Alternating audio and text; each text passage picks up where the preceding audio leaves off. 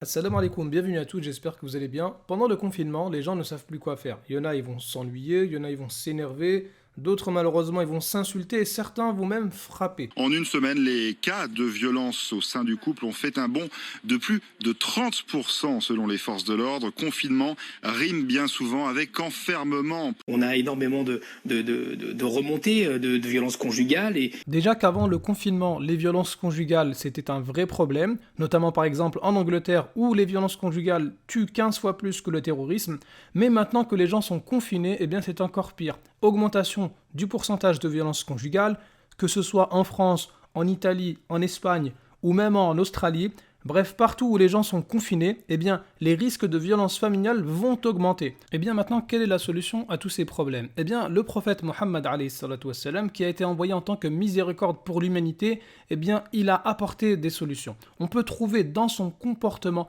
les solutions à tous ces problèmes conjugaux, notamment pendant le confinement. Bon, déjà, il y a le problème de l'ennui. C'est un problème qu'il faut régler. Quand on s'ennuie, on commence à se mêler des affaires des autres. Alors que le prophète, alayhi salatu wassalam, il nous dit que le croyant, normalement, il ne s'occupe que de ce qui le regarde lui.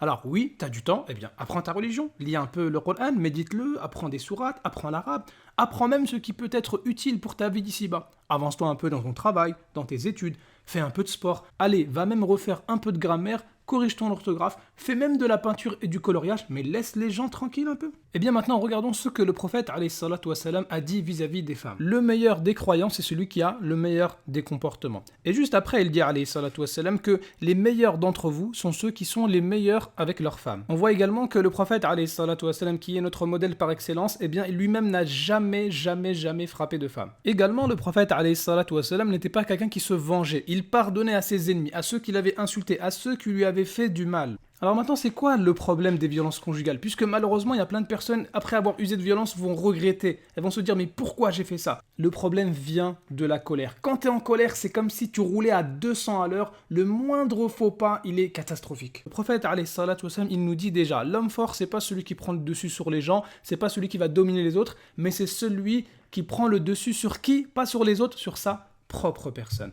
Deuxièmement, le prophète alayhi salatu wassalam, dit également, l'homme fort, c'est pas celui qui est fort en boxe, en musculation, en lutte, c'est celui qui se maîtrise sous l'emprise de la colère. C'est ça, être fort. Quand tu es en colère, tu as envie de te venger, tu as envie de transgresser, eh bien non, tu ne le fais pas. Là, tu deviens un homme fort selon le prophète alayhi salatu wassalam.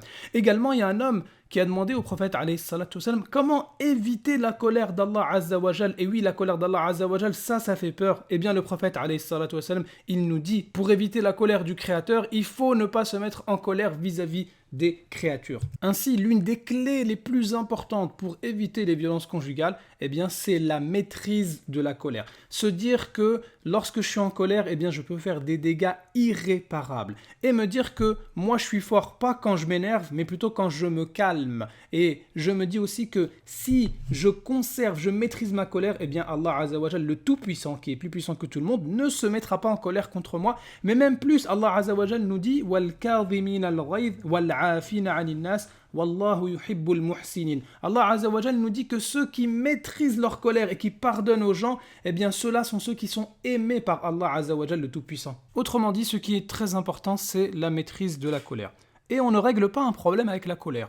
Au contraire, la colère, ça ne t'ouvre pas les portes, ça les casse. Ce qui peut marcher, en revanche, c'est la douceur. Le prophète, alayhi salatu wassalam, il nous dit que la douceur, elle fonctionne et que Allah Azza wa Jal est doux et qu'il aime la douceur. Alors maintenant, s'il y a quelque chose qui ne va pas, eh bien, on est là pour discuter. On discute, on regarde qu'est-ce qui va pas. Et si on n'est pas d'accord, alhamdoulilah, il y a toujours des solutions. Alors maintenant, effectivement, c'est vrai qu'avant une bagarre, il y a la colère. Mais avant la colère, il y a quelque chose d'autre. Il y a quelque chose qui vient avant la colère, c'est quoi? C'est le fait de lever le ton, le fait d'élever la voix. Et ça, c'est à l'origine souvent des disputes, des insultes et des bagarres. C'est pour ça qu'une solution pour éviter tous ces problèmes-là, eh bien ce serait déjà de parler sans lever le ton. On n'est pas des animaux. Allah Azza wa Jal, justement, il nous dit « Sois modeste dans ta démarche et baisse la voix, car la plus détestée des voix, c'est bien la voix des ânes. Donc lorsque tu cries, eh bien en fait tu ressembles plutôt à un animal qu'à autre chose. Malheureusement, des fois on s'y prend beaucoup trop tard pour régler un problème.